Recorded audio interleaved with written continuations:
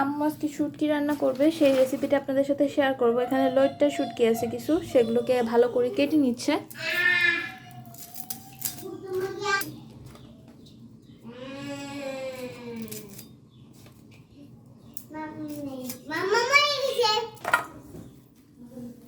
এইটাকে এরকম half half করে নিয়েছে, এগুলো পাখনা যেটা ছিল সেটাকে ভালো করে ফেলে দিয়ে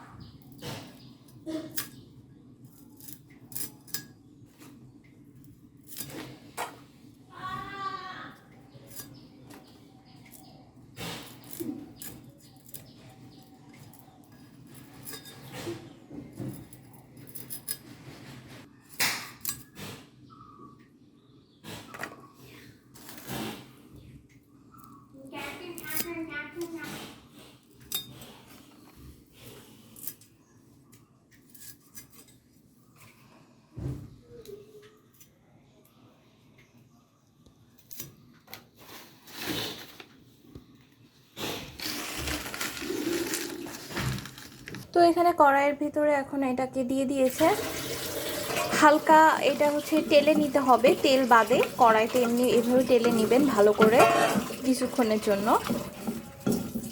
তো এই পর্যায়ে এখন হচ্ছে পানি দিয়ে দিব।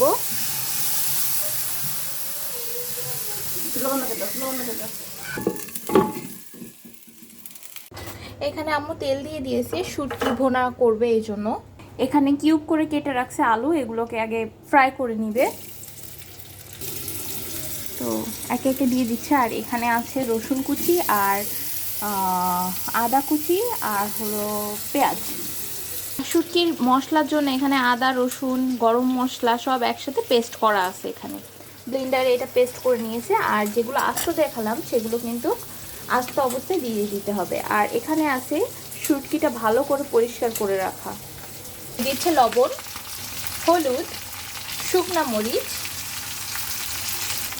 ধনিয়া গুঁড়া, নেড়ে নিচ্ছে। এবার মশলাগুলো দিয়ে দিচ্ছে।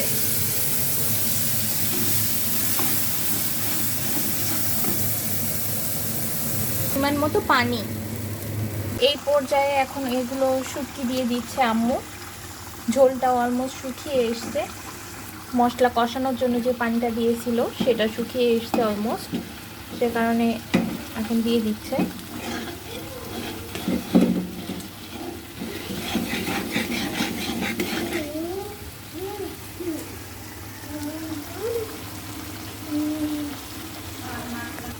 এই যে এটাকে ভালো করে নাড়তে হবে যেন তলা ধরে না যায়।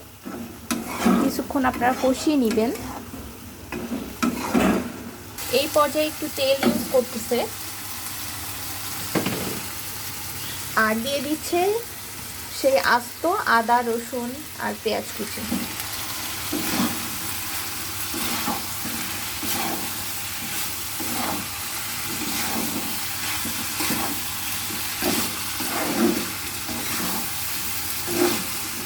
তো অলমোস্ট কষানো শেষ, এখন পানি দিয়ে দিবে।